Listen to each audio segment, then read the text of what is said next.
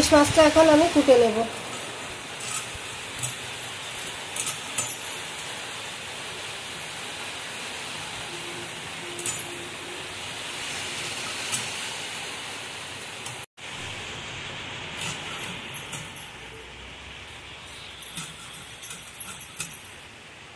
মাছটা আবার কুটে নেওয়া হয়ে গেছে। দেখুন মাছের ডিমও হয়েছে। মাছে এখন আমি লবণ হলুদ মাখিয়ে নিচ্ছি। লবণ হলুদ সরিষার তেল মাখিয়ে নেওয়া হয়ে গেছে। কিছু সময় এখন রেখে দেব। কড়াইতে আমি পানি দিয়ে দিচ্ছি।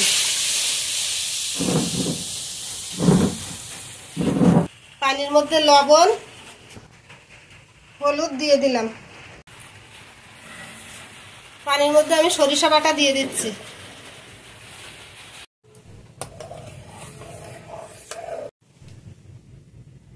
চেরা কাঁচামরিচগুলো দিয়ে দিচ্ছি।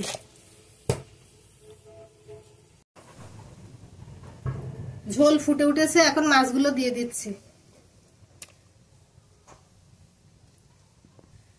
কাঁচা মাছ দিয়ে শাপলা রান্না হবে।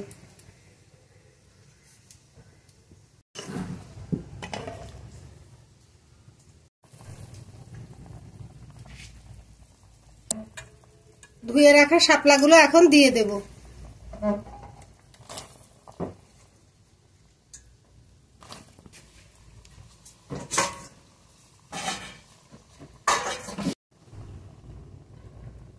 এখন কড়াইটা ঢাকা দিয়ে ঢেকে দিচ্ছি। এখন ঢাকাটা খুলে একটু নাড়িয়ে দেব।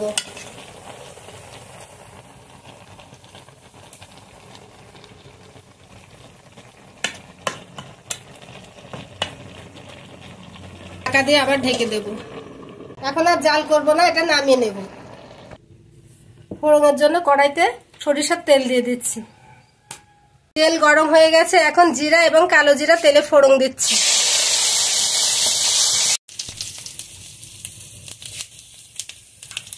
এখন শাপলাটা ঢেলে দিচ্ছি।